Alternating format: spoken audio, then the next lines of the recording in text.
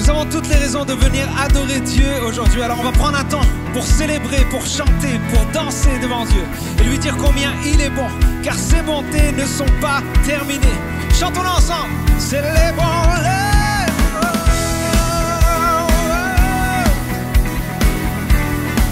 Nous proclamons que tu es bon.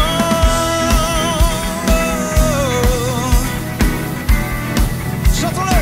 Dieu, tu es bon.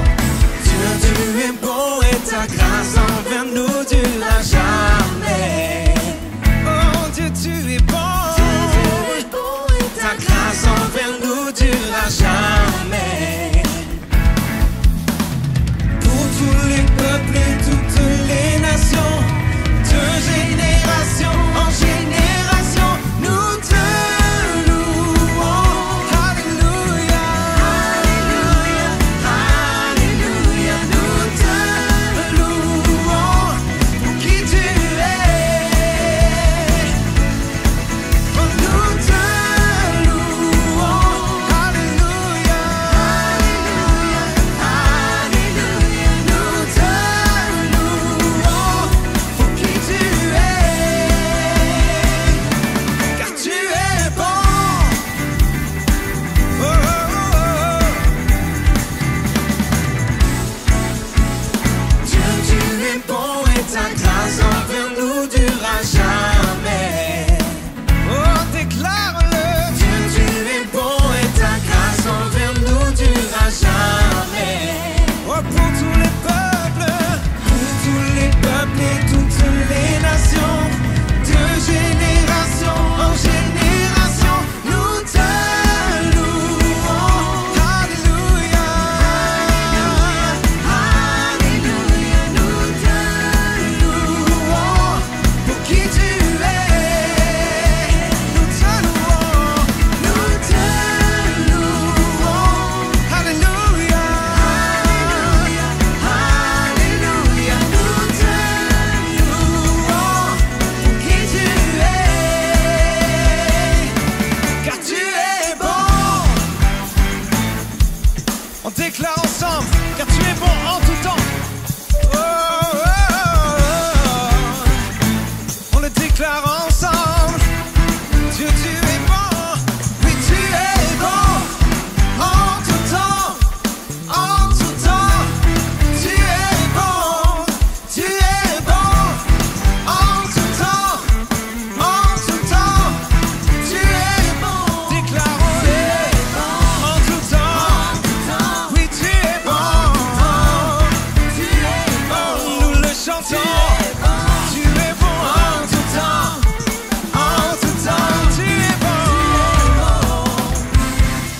Dieu, tu es bon et ta grâce envers nous durera jamais. Réalisons-le.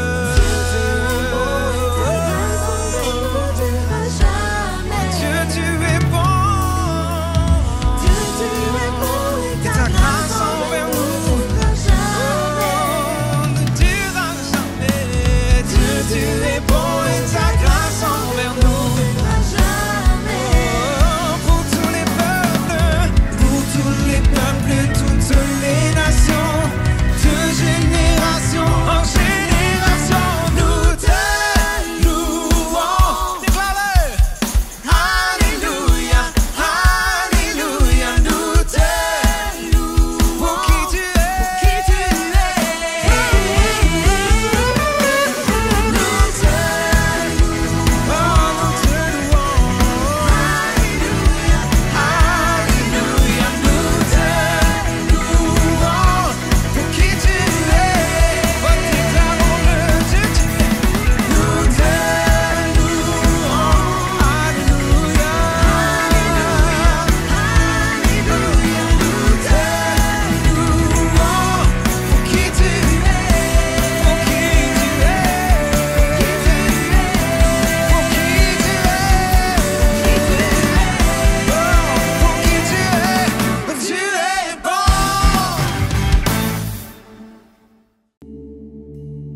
Seigneur, on veut proclamer ton nom, on veut le chanter de tous nos cœurs. Que cette louange soit sur nos lèvres, Seigneur Jésus. Et que tu puisses recevoir cette louange comme un parfum qui t'est agréable. On veut te louer pour qui tu es, pour ce que tu fais en réponse à ton amour, Seigneur.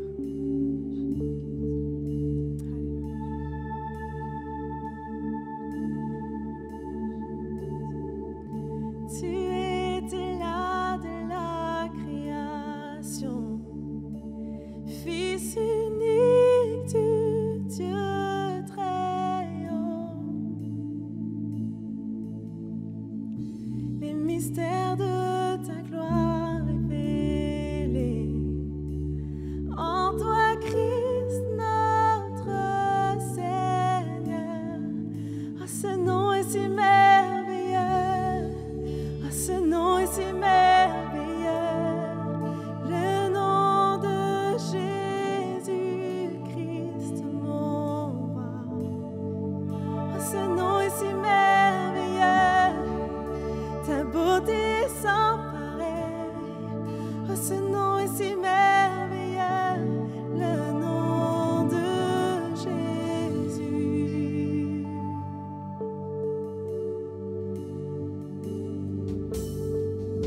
Tu n'as pas voulu les cieux sans nous.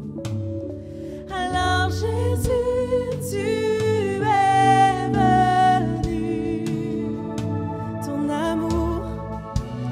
amour a vaincu mon péché. Plus rien ne peut nous séparer. Oh, ce nom est si glorieux. Oh, ce nom est si glorieux. Le nom de Jésus-Christ, mon roi. Oh, ce nom est si glorieux.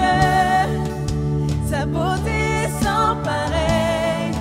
Oh, ce nom est si glorieux. Le nom de chantons, ce nom est si glorieux. Oh, ce nom est si glorieux. Oh, ce nom est si glorieux. Le nom de Jésus-Christ, mon roi. Oh, ce nom est si glorieux. Sa beauté sans pareil. Oh, ce nom est si glorieux. Le nom de Jésus. Oh, ce nom est si glorieux. Le nom de Jésus.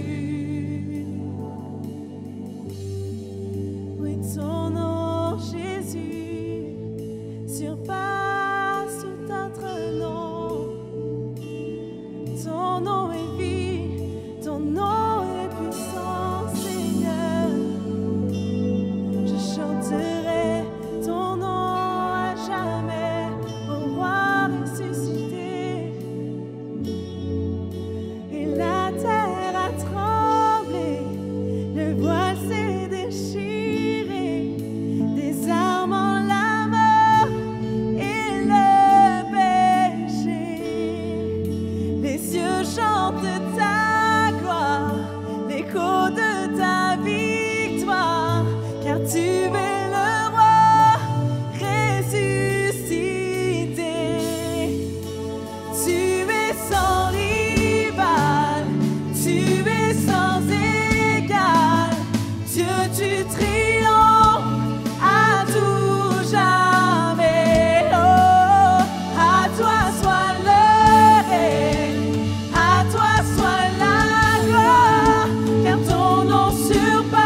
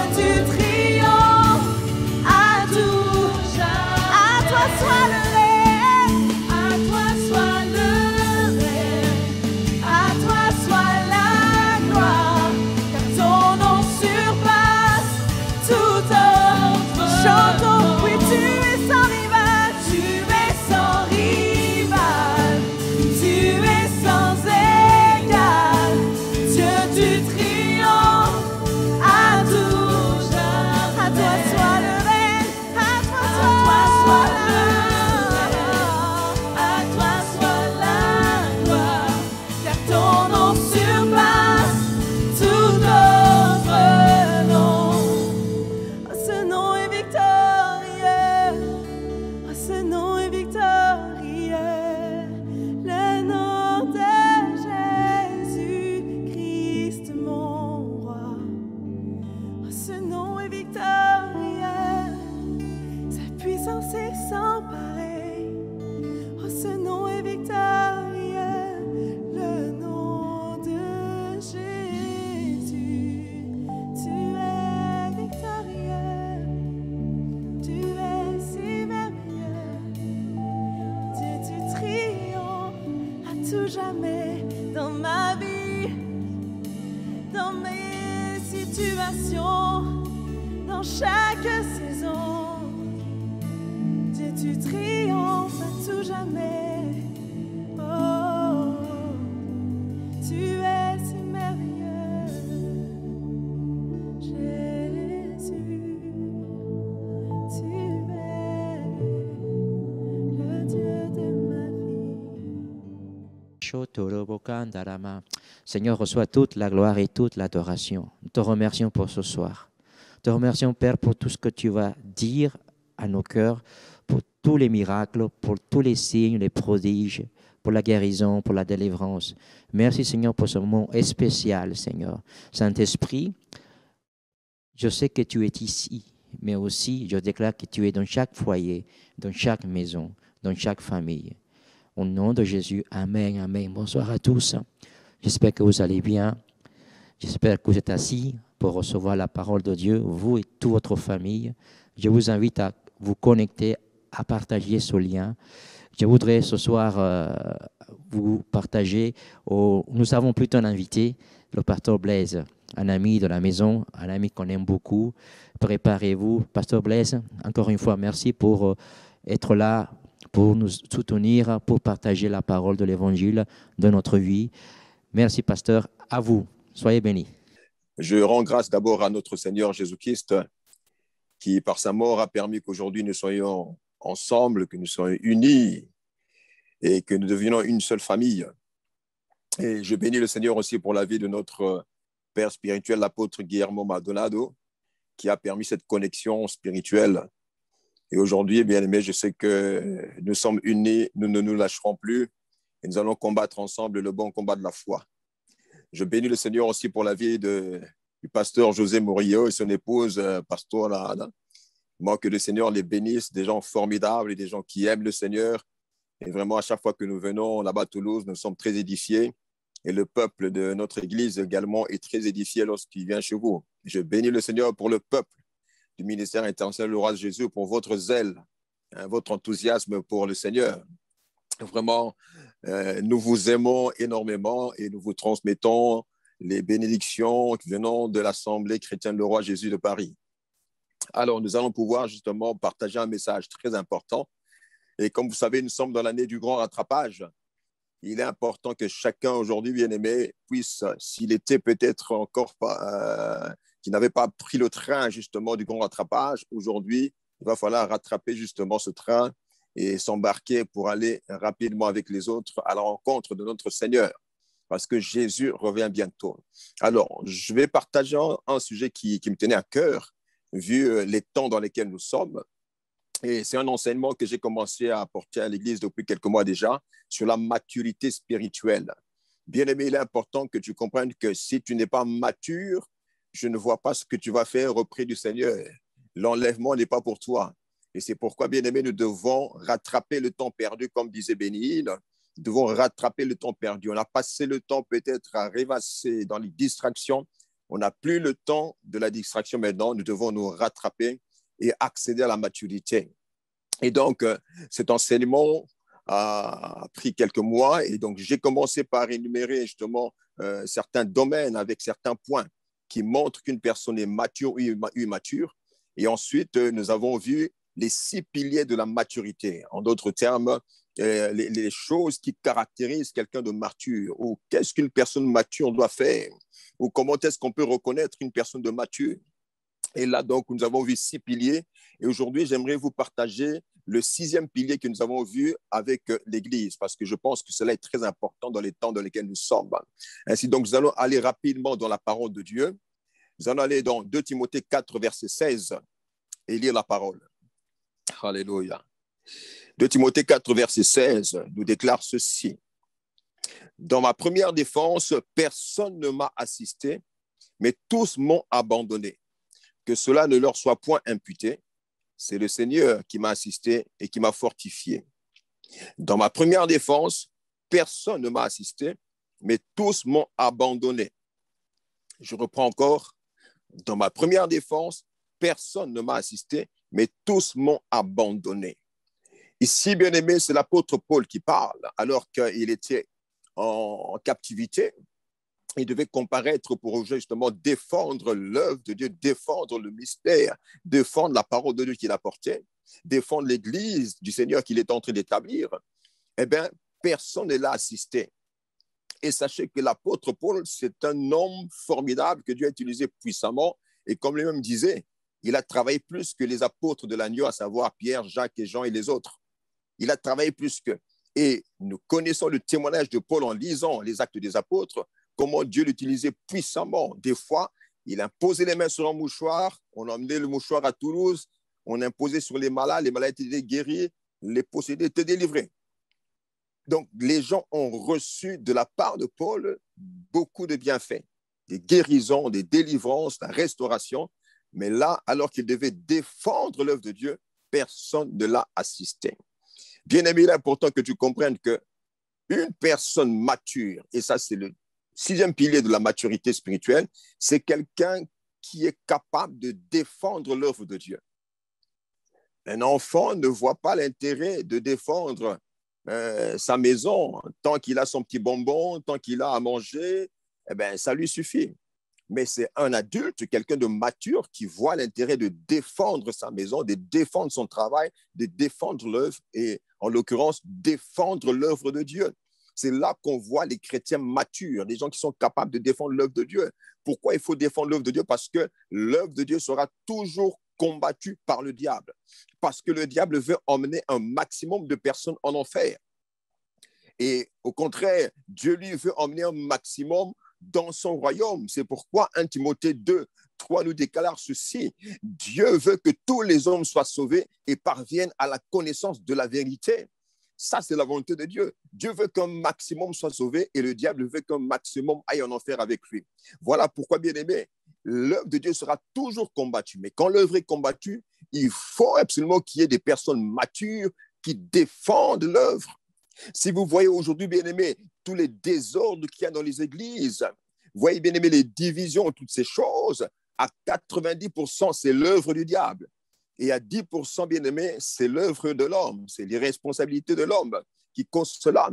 Et donc, même l'irresponsabilité de l'homme est due souvent à des téléchargements démoniaques qu'on a reçus qui nous emmènent à agir d'une manière qui n'est pas appropriée ou d'une manière qui n'est pas conforme à la parole de Dieu. Et donc, bien-aimé, il est important que l'Église ait des chrétiens matures pour défendre l'œuvre de Dieu. Une personne mature, un chrétien mature est capable de défendre l'œuvre de Dieu. Malheureusement, aujourd'hui, bien-aimé, beaucoup de gens sont immatures. Et comment est-ce que nous le voyons, bien-aimé? C'est que beaucoup de gens aujourd'hui, bien-aimés, ne veulent plus entendre parler de l'Église. Et c'est des gens qui allaient jadis à l'Église. Et parmi ces gens, il y a certains, lorsqu'ils entendent la parole de Dieu, bien-aimé, qui est partagée quelque part, eh bien, ces gens, quelque part, sont mal à l'aise. Ou encore, c'est des gens, lorsqu'ils entendent parler d'un homme de Dieu, ces personnes, bien-aimées, ressentent le cœur serré, encore ressentent de l'aversion, ou encore ressentent du mépris, et pourtant, jadis, ils priaient. Bien-aimé, lorsque tu ressens ce genre de choses, de sentiments, c'est que tu es tombé dans le piège du diable. Et il y a beaucoup de gens bien-aimés qui jadis étaient zélés dans les églises. Ils ne veulent plus aller à l'église. Ils ne veulent plus entendre parler des pasteurs. Ils ne veulent même plus entendre parler, bien-aimés, du partage de la parole. C'est des gens qui sont tombés dans le piège du diable. Et lorsque ce sentiment perdure dans la vie de ces gens-là, bien-aimés, ces gens ont besoin de délivrance. Et je peux vous dire, bien-aimés, que ça fait des années que je travaille dans le domaine de la délivrance. Lorsqu'une personne perdure avec ses sentiments négatifs envers l'Église, envers la parole de Dieu, envers les serviteurs de Dieu, cette personne, bien-aimée, invite des esprits démoniaques en lui ou en elle. Et cette personne, bien-aimé, a besoin de délivrance. Ainsi, je t'encourage, bien-aimé, aujourd'hui à examiner ton cœur. Toi qui m'écoutes en ce moment-ci, lorsque tu entends le partage de la parole, est-ce que ton cœur est enthousiasmé ou alors ton cœur se serre? Ou encore ton cœur, bien-aimé, prend une posture de défense pour se défendre. Bien-aimé, il y a des gens qui vous écoutent, mais à l'intérieur, ils sont déjà dans une posture de se défendre contre la parole que tu apportes. Ça montre que ces gens, bien-aimés, ont été gagnés par le diable. Ces gens ont reçu un formatage démoniaque. C'est pourquoi, bien-aimés, nous devons examiner nos cœurs et éprouvez-vous vous-même pour savoir si vous êtes toujours dans la foi, dit la parole de Dieu. Et c'est important, bien-aimés, que nous réalisons que nous ne pourrons pas, bien-aimés, réaliser ce qui se passe dans nos vies à moins que nous connaissions la parole de Dieu. Et donc, lorsqu'une personne connaît la parole de Dieu, il peut faire la part des choses. Il peut s'éprouver, bien-aimé, en fonction de la parole. Il peut comprendre que, tiens, c'est bizarre, mais mon attitude n'est pas bonne. Mais les sentiments que j'ai en moi ne sont pas conformes à la parole. C'est pourquoi une personne mature, c'est quelqu'un, bien-aimé, qui doit connaître la parole. Si tu ne connais pas la parole, bien-aimé, tu ne peux pas défendre l'œuvre de Dieu. Et ça, bien-aimé, c'est la première étape, bien-aimé, de la maturité spirituelle en ce qui concerne la défense de l'œuvre de Dieu. Être capable, bien-aimé, d'avoir la parole pour défendre quoi? La doctrine. Et donc, c'est important que tu comprennes, bien-aimé, que tu dois être capable de défendre la doctrine. Parce que lorsque tu connais la doctrine, cette doctrine déjà va t'aider à évaluer toi-même tes actes, tes comportements, tes pensées, tes sentiments. Et lorsque tu as la doctrine, bien-aimé, tu peux facilement, bien-aimé, combattre ceux qui viennent pour discréditer la parole, ceux qui viennent, bien-aimés, pour dénaturer la parole, ceux qui viennent, bien-aimés, pour voir, comment dirais-je, compromettre la vie des chrétiens avec des messages, bien-aimés, fallacieux, des messages trompeurs. C'est important, bien-aimé, que tu aies la parole et que tu arrives à défendre, bien-aimé, la doctrine de la parole de Dieu. Malheureusement, bien-aimé, beaucoup de gens ne connaissent pas la parole. Voilà pourquoi ils sont facilement ballottés. Voilà pourquoi, bien-aimés, un coup, ils sont zélés, un coup, ils sont plus zélés. Un coup, on les voit à l'église, un coup, on ne les voit plus. Un coup, ils sont dans les services, un coup, ils baissent les bras, ils ne veulent plus servir. C'est parce que ces personnes ne connaissent pas la parole. Bien-aimés, c'est un très grand danger lorsque vous ne connaissez pas la parole. Tu dois connaître la parole de Dieu, bien-aimé. Tu ne peux pas défendre la doctrine, bien-aimé, si tu ne connais pas la parole. Et c'est quoi, bien-aimé, la doctrine? La doctrine, bien-aimé, ce sont des enseignements fondamentaux qui caractérisent un mouvement, qui caractérise une église, ce qui la différencie, bien-aimé, des autres mouvements ou des autres églises. Et un chrétien mature doit connaître exactement ces choses qui vous différencient des autres.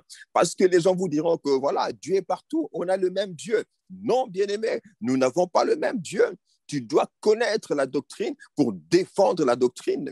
Il y a des gens qui viendront pour te dire que tu es dans le faux. Les églises évangéliques sont dans l'égarement. Les églises de réveil sont dans l'égarement. Et toutes sortes d'églises, même votre église, votre pasteur vous emmène dans l'égarement. Bien-aimé, si tu ne connais pas la doctrine, tu ne pourras pas la défendre. On peut te dire, voilà, que vous êtes une secte, mais si tu ne connais pas la doctrine, bien-aimé, tu ne pourras pas défendre, bien-aimé, ton église. Tu ne pourras pas défendre l'œuvre de Dieu. Et c'est pourquoi, bien-aimé, j'ai écrit ce livre sur les sectes selon la Bible. J'espère que chacun de vous a pu lire cela, bien-aimé. C'est un livre doctrinal. Et donc, la première façon, bien-aimé, de défendre l'œuvre de Dieu, c'est d'être capable de défendre la doctrine. Et la doctrine, ce sont les principes fondamentaux qui caractérisent votre mouvement chrétien ou votre église. Et cela est important. Connaître la parole de Dieu est important parce qu'il y a des gens qui ne connaissent pas la parole à telle enseigne qu'on leur dit, écoutez, la Bible, ce n'est pas la parole de Dieu. La Bible contient la parole de Dieu, mais ce n'est pas la parole de Dieu. Il y a même certains bien-aimés qui vous diront qu'écoutez, la Bible a été complètement falsifiée. Donc, vous n'avez pas besoin de mettre votre confiance dans la Bible. C'est des hommes qui les ont écrits. Bien-aimé, il y en a aussi, ils croient, bien-aimé, qu'aux paroles de Jésus-Christ. comme étant la parole de Dieu. Et tout le reste, pour eux, bien-aimés, ce n'est pas la parole de Dieu. Bien-aimés, c'est des gens qui ont été abusés par des esprits de séduction. Ils pensent, bien-aimés, mieux connaître que les autres. Et c'est un esprit de séduction, bien-aimés, qui les anime. Bien-aimés, faisons attention. Si tu ne connais pas la parole, eh bien, le diable va te manipuler. Je me souviens encore d'un jeune sorcier de pratiquement 7 ans dont je m'occupais pour la délivrance et qui nous a dit, oui, mais nous, on a dans les réunions de sorcellerie, on a des réunions où on étudie la Bible, mais pour tordre le sens. Bien-aimé, un jeune de 7 ans qui vous dit ça, et c'est un jeune qui venait, bien-aimé, de Hollande avec sa maman parce que sa maman cherchait où est-ce qu'on pouvait le délivrer. Bien-aimé, c'est un jeune qui vous raconte des histoires, mais comme des histoires à dormir debout, mais c'est des choses qu'il a vécues dans la sorcellerie. Bien-aimé, si tu ne connais pas la parole, sache qu'il y a des gens qui étudient la parole pour vous égarer. C'est pourquoi tu ne peux pas être un chrétien mature si tu ne connais pas la parole. Tu ne pourras pas défendre non plus la doctrine sur laquelle est basée votre foi, est basée votre église, est basé votre mouvement religieux. Donc, bien-aimé, il est important que tu puisses connaître la parole de Dieu. Si tu ne la connais pas, bien-aimé, tu ne pourras pas faire long feu. L'ennemi aura raison de toi. Le diable aura raison de toi. Et aujourd'hui, bien-aimé, je t'encourage à comprendre, bien-aimé, que la première des choses que tu dois savoir, c'est que cette Bible que tu tiens, bien-aimé, c'est la parole de Dieu. Ce n'est pas parce que ça a été imprimé, bien-aimé, on imprimerait que ce n'est plus la parole de Dieu. Vous savez, Napoléon Bonaparte a écrit plus de 37 000 lettres. 37 000 lettres, Napoléon Bonaparte. Mais à chaque fois que ces courriers arrivaient à leur destinataire, ces personnes ne disaient pas, non, ce n'est pas Bonaparte qui les a écrits, ce sont les secrétaires. Bien-aimés, les gens reconnaissaient que c'était Bonaparte qui leur avait écrit ces courriers. Et Bonaparte était capable de dicter, bien-aimés, plusieurs lettres différentes, même au moins 7 lettres différentes comme ça, à 7 secrétaires différentes. Et à chaque fois, il sait, bien-aimé, à quelle virgule, à quel point il s'est arrêté pour chacune de ses secrétaires. Oh, bien-aimé, c'est formidable. Mais quand les courriers parvenaient à leur destinataire, on disait, ah, Napoléon m'a écrit, Napoléon m'a dit ceci. Bien-aimé, Dieu n'a pas besoin, bien-aimé, de descendre, commencer à écrire avec un stylo pour vous attester que c'est sa parole. Dieu a confié la responsabilité aux hommes. On va lire un passage, bien-aimé, dans 2 Pierre 1, verset 21. Que dit la parole de Dieu? 2 Pierre 1, 21. Je lis cela. Alléluia. Thank you, Father. Pierre 1, 21.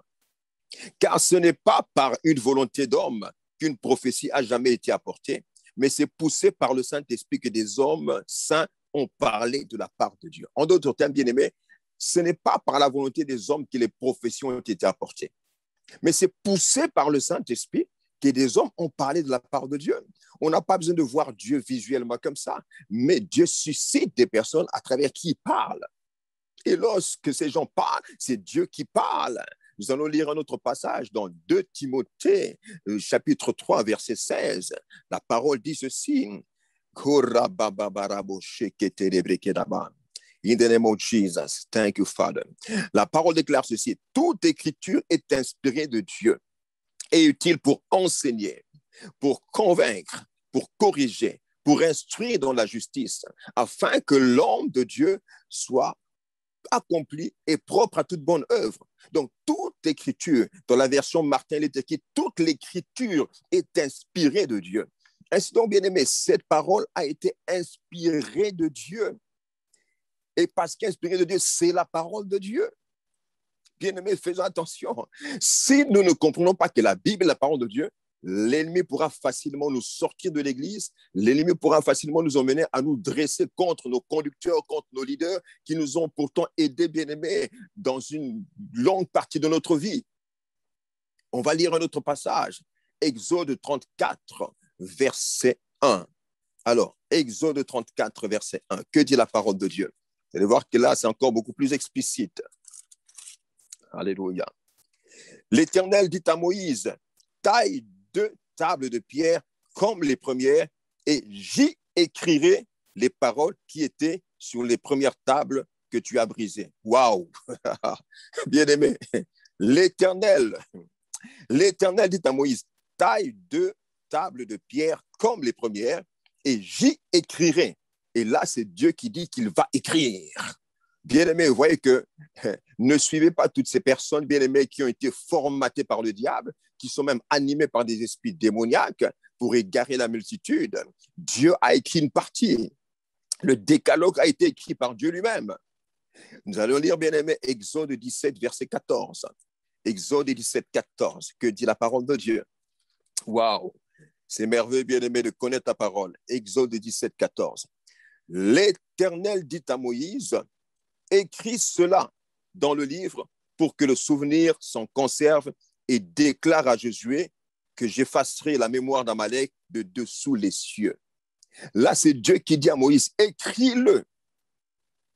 Parce que Dieu a voulu qu'on garde ce témoignage de sa part, de ce qu'il a fait, que les gens sachent ce que Dieu a fait à Amalek. Parce que Moïse et Israël s'étaient confiés en lui. Bien-aimés, nous voyons que Dieu a inspiré les gens à écrire et Dieu a aussi écrit le décalogue. Donc, bien-aimés, toute l'écriture est inspirée de Dieu. Et c'est important, bien-aimés, qu'on s'attache à ces vérités de peur que le diable nous emporte loin de cela. Nous devons savoir, bien-aimés, que la Bible contient, bien-aimés, 4 types de paroles. La Bible contient premièrement la parole historique. Lorsqu'on nous parle du jeune Joseph qui a été vendu comme esclave en Égypte chez Potiphar et comment est-ce que Joseph est devenu le gouverneur de l'Égypte, bien aimé, ça c'est la parole historique. Lorsqu'on nous parle de la sortie d'Israël de l'Égypte, c'est la parole historique. Lorsqu'on nous dit comment est-ce que le système de royauté a commencé alors qu'Israël a refusé, bien aimé, de se soumettre au fils de Samuel. Bien aimé, ça c'est la parole historique. Et Dieu a voulu qu'on sache toutes ces choses. Deuxièmement, nous avons dans la Bible la parole prophétique. Ésaïe, Daniel et Apocalypse, bien aimé, traitent de la parole prophétique, de ce que Dieu fait savoir à son peuple pour les temps à venir. Et donc, il y a également la parole évangélique. Lorsqu'on lit dans Matthieu, Luc, Jean et Marc, hein, ça, ce sont, bien aimés, des paroles évangéliques. Donc, la Bible contient la parole évangélique. Dieu a voulu qu'on connaisse cette parole évangélique qui est la bonne nouvelle du salut. Et il y a également, bien aimé, la parole doctrinale. Et donc, un chrétien doit connaître tout cela, bien aimé. Autrement, le diable te sortira de l'église. Tu aurais été quelqu'un de zélé dans l'église qui servait, tu vas te retrouver à la maison, bien-aimé, à commencer à regarder des films à longueur de journée. Bien-aimé, tu dois connaître ces choses. Et sache que toutes ces choses, la parole historique, la parole prophétique, la parole évangélique, la parole doctrinale, c'est un condensé d'informations que Dieu a voulu que nous connaissions pour pouvoir faire sa volonté. Dans la Bible, il y a des exemples que Dieu nous a montrés à suivre et des exemples que Dieu nous montre à ne pas suivre. Et tout cela, bien aimé, ça a été voulu par Dieu. Et donc, c'est la parole de Dieu. Bien aimé, la Bible, certains vous diront que ça a été falsifié, c'est faux. Sachez, bien aimé, qu'il y a eu plus de 2000 parchemins et 5000 manuscrits qui ont permis d'authentifier la Bible que vous avez. Il y a un travail scientifique et archéologique rigoureux qui a été effectué pour pouvoir justement attester l'authenticité, bien aimé, de ce que vous avez entre les mains. Ce ne sont pas des rigolos qui ont fait cela. Je me souviens encore de quelqu'un qui disait, bien aimé, de confession musulmane, que voilà, la Bible a été falsifiée, mais le véritable, c'est le Coran. Mais maintenant, il y a un autre, justement, un ancien musulman converti qui dit, mais comment voulez-vous que la Bible soit falsifiée alors que dans le Coran, il est dit que si nous ne comprenons pas quelque chose, nous pouvons demander au peuple du livre, c'est-à-dire aux chrétiens. Nous pouvons consulter donc la Bible des chrétiens. Donc, c'est contradictoire. Et de toute façon, dans le monde, on voit que ce qui est falsifié, ce n'est pas ce qui vient avant, c'est ce qui vient après. La copie, c'est en fonction d'un original qui existait avant. Et donc, s'il y a des faux billets, c'est parce qu'il y a eu d'abord des vrais billets et ensuite, on a fait des faux billets. Et donc, bien aimé, la Bible n'a pas été falsifiée parce qu'il y a un travail archéologique et scientifique rigoureux, bien aimé, qui a authentifié, bien aimé, la parole de Dieu, qui a, bien aimé, quelque part, révélé l'authenticité de la parole de Dieu. Vous savez, lorsqu'une personne vit, comment dirais-je, une situation, une histoire ou encore un fait, la personne peut vous raconter justement une version Et une année après, quelqu'un d'autre peut venir vous raconter une version qui sera à peu près. La deuxième année encore, quelqu'un d'autre va raconter une version qui sera aussi à peu près. À chaque fois, il y aura des changements. C'est comme quelqu'un qui dit, voilà, lorsque cette personne est arrivée, le pasteur José, lorsqu'il est arrivé, il a regardé le frère, il a souri, il a salué. Mais quelqu'un d'autre, bien aimé, qui n'est pas bien intentionné, l'année suivante, va dire, le pasteur José, quand il est venu, il a regardé d'un mauvais regard. Eh bien, ça, c'est sa version à lui. Et l'année suivante, l'autre viendra, ah, le pasteur José, lorsqu'il a regardé, il a giflé. Et donc, bien aimé, avec le temps, les versions peuvent changer. Mais lorsque vous avez plusieurs personnes, bien aimées, qui rapportent la même version, c'est là qu'on voit l'authenticité des faits qui sont racontés. Et c'est exactement ce qui s'est passé avec la Bible. Il y a eu, bien aimé, des milliers de parchemins, des milliers de manuscrits qui ont montré à des époques différentes, bien aimé, que ce que nous lisons est vrai et véridique. Donc, tu n'as pas du tout à être effrayé, bien aimé. Dieu nous permet aussi, bien aimé, de participer à l'élaboration, bien aimé, de cette parole. Dieu a demandé à Moïse d'écrire. Dieu fait participer l'homme à cela, malgré, bien aimé, notre imperfection. Nous avons un Dieu formidable. Et lorsque nous voyons le ministère de Jésus-Christ, Jésus-Christ lui-même, lorsqu'il prêchait, il s'inspirait aussi, bien aimé, de cette Bible qu'on appelait la Septante. Cette Bible qui a été, bien aimée, éditée, bien aimé, à Alexandrie.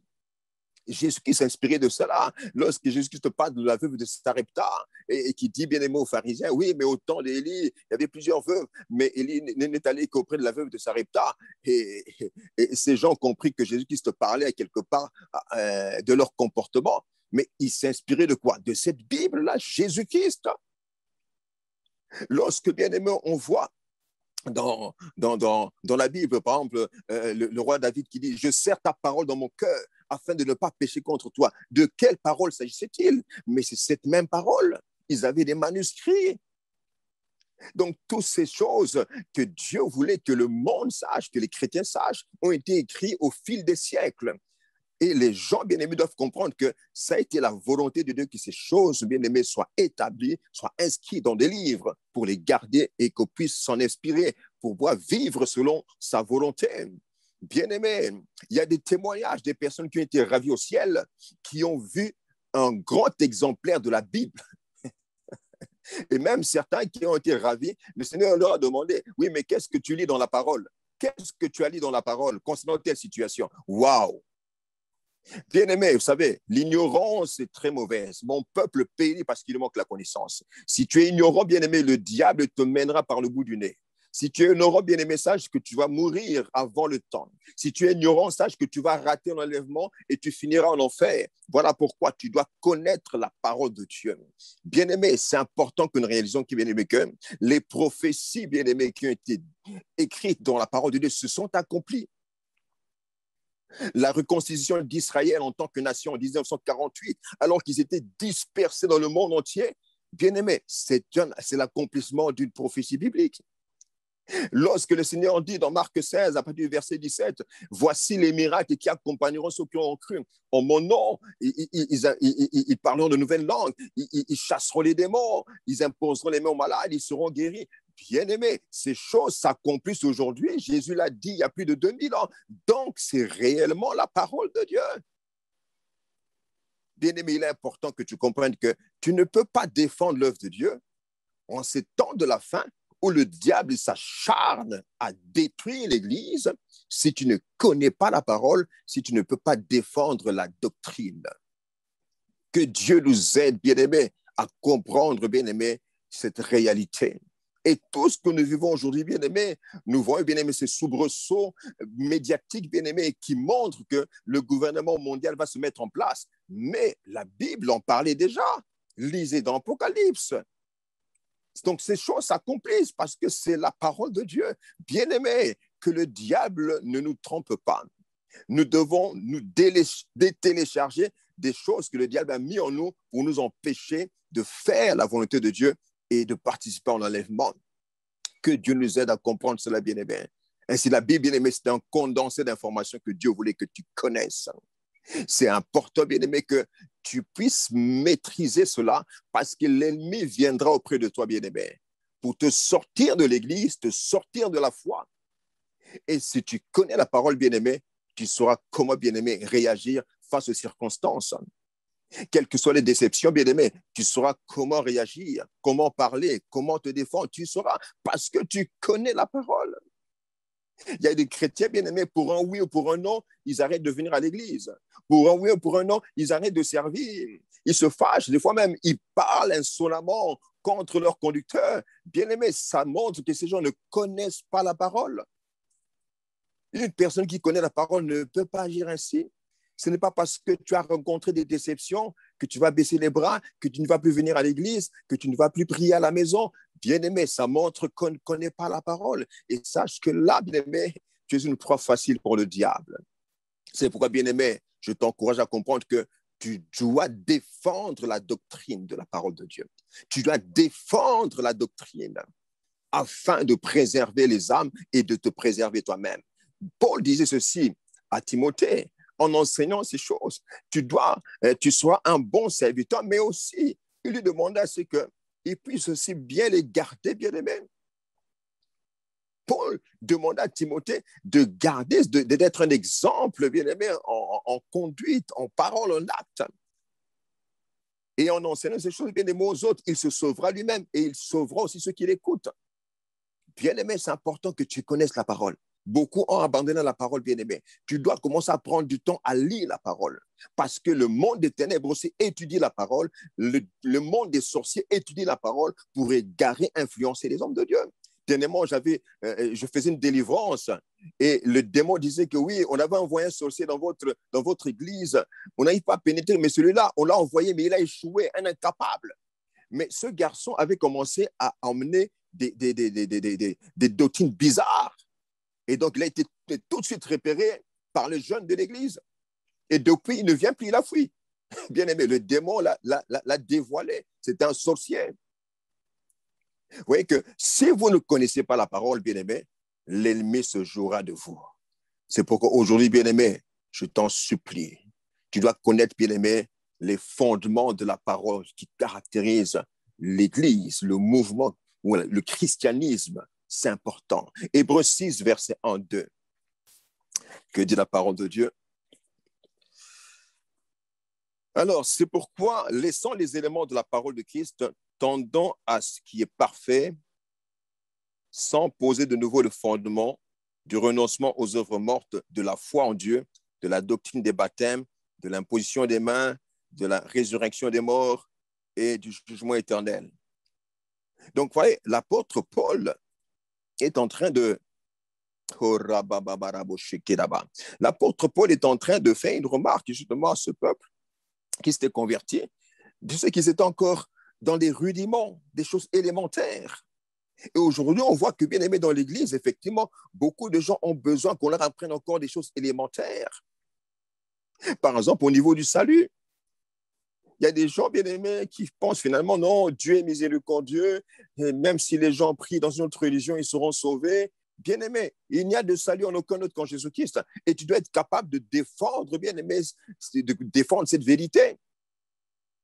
Il y a des chrétiens qui sont incapables parce qu'ils vont penser qu'on voit qu'ils sont des gens bien aimés qui sont intransigeants, des gens bien aimés qui sont, le terme utilisé un peu, c'est pour montrer qu'ils sont exclusifs. Ils ne pensent que c'est eux qui ont la vérité.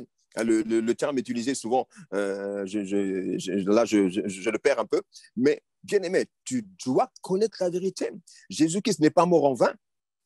La Bible déclare que si notre salut, nous pouvons l'acquérir par les œuvres, dans ce cas, Jésus est mort en vain. Il n'y a de salut en aucun autre qu'en Jésus-Christ. Bien aimé, beaucoup de chrétiens se laissent tromper aujourd'hui parce qu'ils voient des bonnes œuvres dans telle ou telle religion. Ils disent, mais après tout, Dieu est miséricordieux. Bien aimé, ça montre que tu es immature. Et tu ne peux pas hériter du royaume des cieux, bien-aimé, avec cette immaturité, parce que le diable aura raison de toi. Concernant le péché également, bien-aimé, beaucoup de chrétiens, bien-aimés, commencent à jouer avec le péché. Ils sont dans le compromis. Oui, mais ça, c'est pas si grave que ça. Bien-aimé, un péché est un péché. Et tu dois pouvoir défendre, bien-aimé, la doctrine, bien-aimé, du péché. Une personne qui est spirituelle, une personne mature, même des fois, il suffit qu'il pense mal il se répand en lui, même si les gens autour de lui ne savent pas, mais il comprend qu'il a mal pensé, il comprend qu'il a gardé de mauvais sentiments, que ce n'est pas bon. Bien-aimé, sache que tes mauvais sentiments peuvent ouvrir des portes aux esprits démoniaques.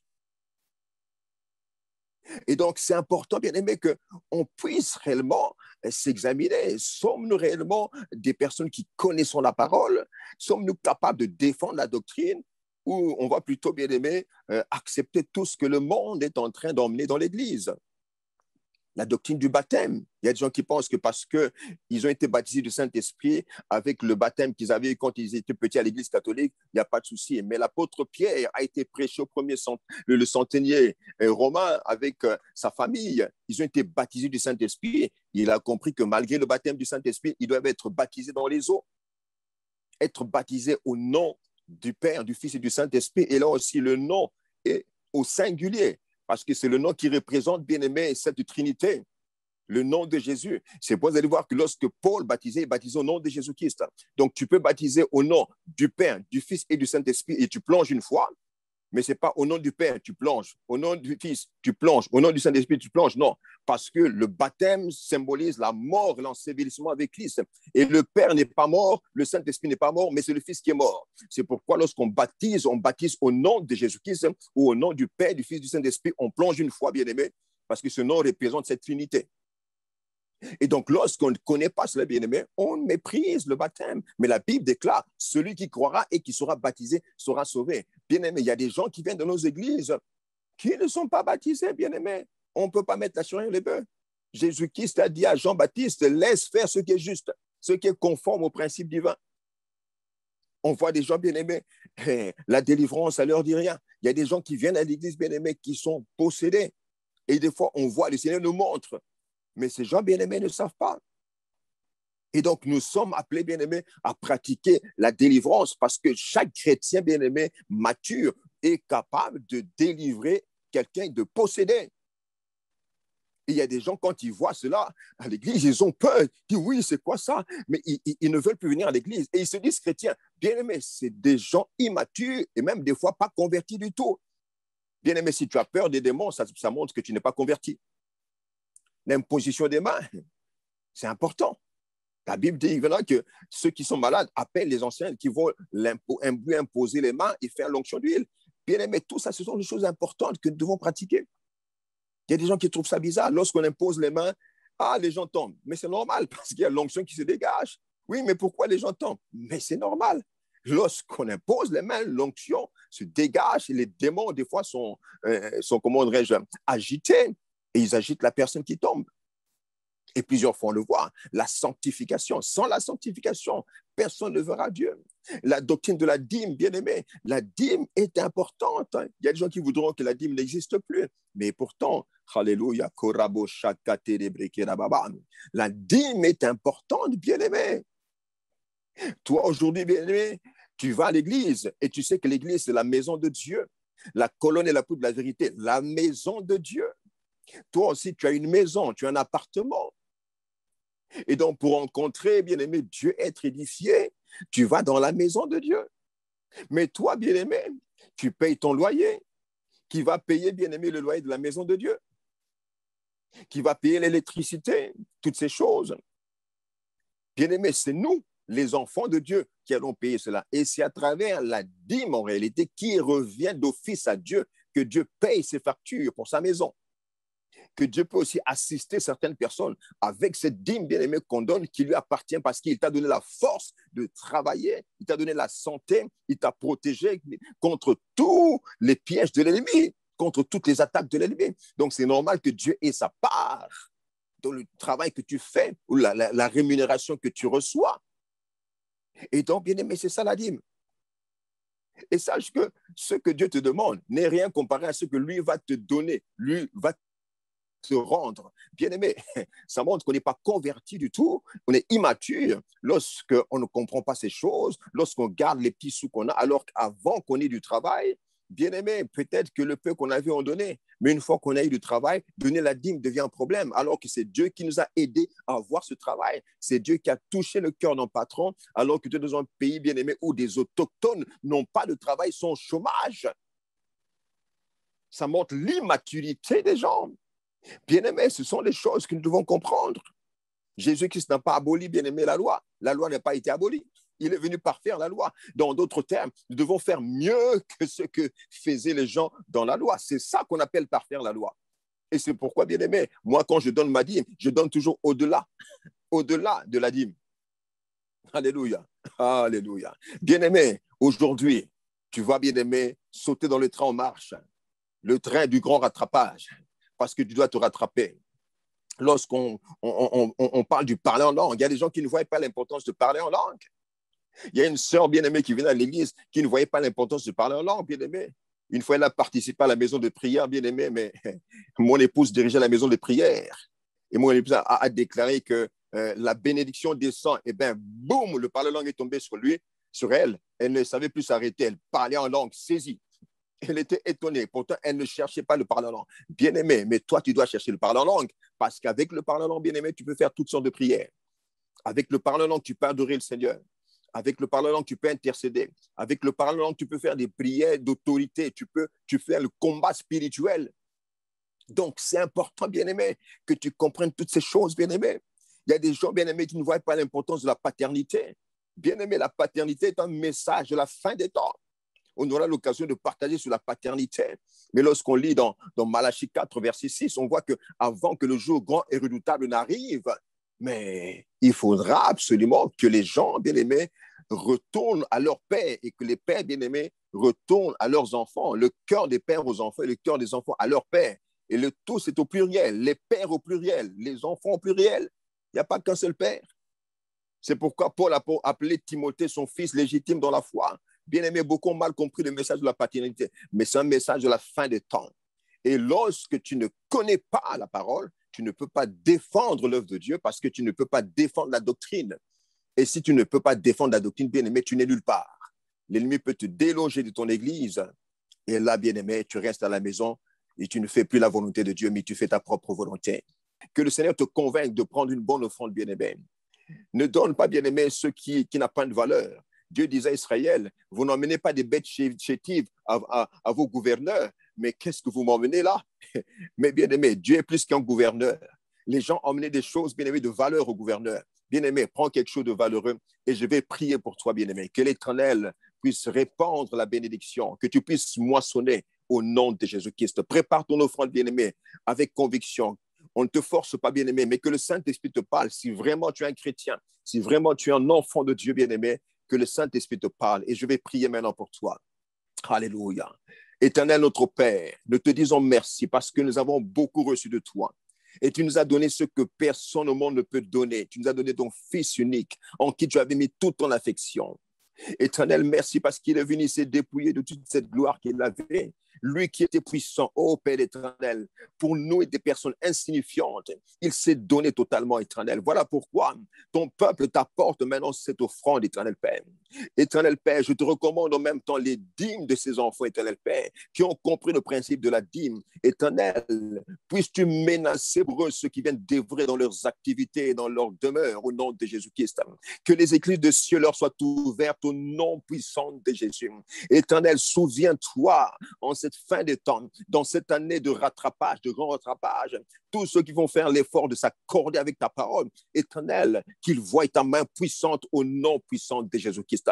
Je déclare que tous les plans de l'ennemi contre leur vie sont réduits à néant au nom puissant de Jésus-Christ.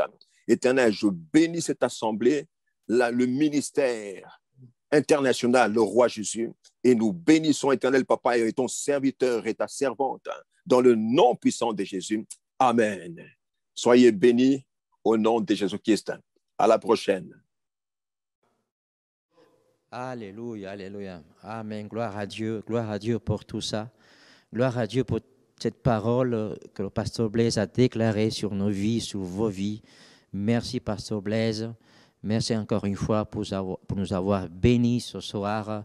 Que Dieu bénisse votre famille, votre ministère, au nom de Jésus. J'espère que vous avez reçu. N'oubliez pas de venir dimanche. Préparez-vous, que Dieu m'a donné un message puissant. Venez avec quelqu'un, ne venez pas seul. Soyez alors surtout, parce qu'il y aura beaucoup de monde. On se voit dimanche. Soyez bénis. Que Dieu vous bénisse.